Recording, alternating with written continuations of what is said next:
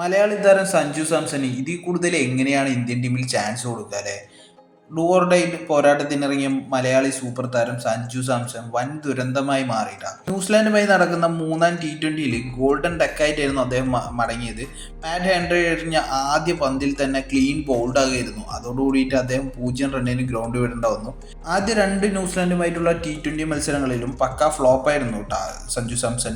ഇതിൻ്റെ ക്ഷീണം തീർക്കാൻ ഓപ്പണിംഗ് റോൾ ഭദ്രമാക്കാനും വേണ്ടിയിട്ടായിരുന്നു അദ്ദേഹം ഈ ഒരു ഇന്നിങ്സിൽ ഇറങ്ങിയത്. പക്ഷെ ഒന്നും ഉണ്ടായില്ല എന്ന് വേണമെങ്കിൽ പറയാം. സഞ്ജു സാംസൺ ഗ്രീസിലേക്ക് വന്നതും പോയതെല്ലാം കണ്ണടച്ച് തുറക്കുന്ന വേഗത്തിലായിരുന്നു കേട്ടോ. മത്സരത്തിലേക്ക് വരുന്ന സമയത്ത് ഇന്ത്യ ഈസി ആയിട്ട് കളി ജയിച്ചു എന്ന് വേണമെങ്കിൽ പറയാം. വേറെ ഒന്നല്ല, 154 റണ്ണായിരുന്നു 20 റണ്ണിൽ ഇന്ത്യക്ക് ജയിക്കാൻ വേണ്ടിയിരുന്നത്. ഇന്ത്യക്ക് 20 ഓവറൊക്കെ ധാരാളം എന്ന് വേണമെങ്കിൽ പറയാം. 10 ഓവറിൽ 154 റണ്ണ് ഈസി ആയിട്ട് ചേസ് ചെയ്തു കേട്ടോ. ഫസ്റ്റ് ബാറ്റിംഗ് ആരംഭിച്ച ന്യൂസിലാൻഡിന് കാര്യമായിട്ട് ഒന്നും ചെയ്യാൻ പറ്റിയില്ല. ആകെ ഗ്ലെൻ ഫിലിപ്സ് മാത്രമായിരുന്നു 48 റൺസ്, പിന്നെ അതേപോലെ തന്നെ മാർക്ക് ചാപ്മാൻ 32 റൺസ്. ഇവർ രണ്ടുപേരുമാണ് എന്തെങ്കിലുമൊക്കെ ചെയ്തു എന്ന് വേണമെങ്കിൽ പറയാം. അങ്ങനെ 20 ഓവറിൽ 153 റൺസാണ് ശരിക്കും ന്യൂസിലാൻഡ് എടുത്തത്. 20 ഓവറിൽ 154 എന്ന് പറഞ്ഞിറങ്ങിയ ഇന്ത്യക്ക് ഫസ്റ്റ് ബോളിൽ തന്നെ സഞ്ജു സാംസണിന് നഷ്ടമായി. പിന്നെ വന്ന ഇഷാൻ കിഷാൻ ആണെങ്കിൽ തന്നെ തൊട്ടടുത്ത ബാളിൽ തന്നെ ബൗണ്ടറിയിലാണ് കേട്ടോ തുടങ്ങുന്നത്. 13 ബാളിൽ 28 റൺസ് എടുത്ത് ഇഷാൻ കിഷാൻ മടങ്ങിയെങ്കിലും ഇഷാൻ കിഷാൻ കൊടുത്ത ആ ഒരു തുടക്കം ശരിക്കും ഇന്ത്യക്ക് നല്ലൊരു മാറ്റം കൊണ്ടുവന്നു കേട്ടോ. കാരണം ആ ഒരു പവർ പ്ലേയിൽ ഇന്ത്യ ഫസ്റ്റ് ഇത്രയും വിക്കറ്റ് പോയിട്ടും 94 റൺസാണ് കേട്ടോ 6 ഓവറിൽ അടിച്ചു കൂട്ടിയത്.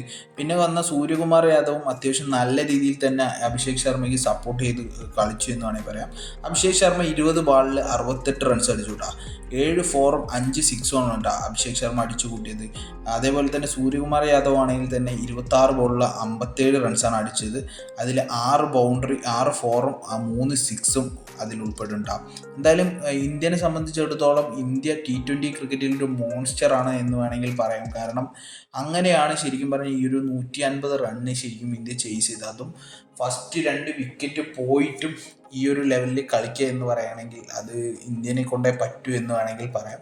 അങ്ങനെയാണ് ഇന്ത്യയുടെ ബാറ്റ്സ്മാൻമാർ കളിച്ചുകൊണ്ടിരിക്കുന്നത്. ഒരു വിക്കറ്റ് പോയി നിൽക്കുമ്പോഴും ഒരിക്കലും അവിടെ ഡിഫെൻഡ് ചെയ്യുക എന്നുള്ളൊരു ഓപ്ഷൻ ഇല്ല. അവിടെ അറ്റാക്കിംഗ് മാത്രമാണ് ഏതൊരു ബാറ്റ്സ്മാൻ വരികയാണെങ്കിലും കാണിച്ചുകൊണ്ടിരിക്കുന്നത്. അപ്പോൾ അത് ഇന്ത്യനെ സംബന്ധിച്ചിടത്തോളം ഒരു മോൺസ്റ്റർ എന്ന് വേണമെങ്കിൽ തന്നെ പറയാം കേട്ടോ.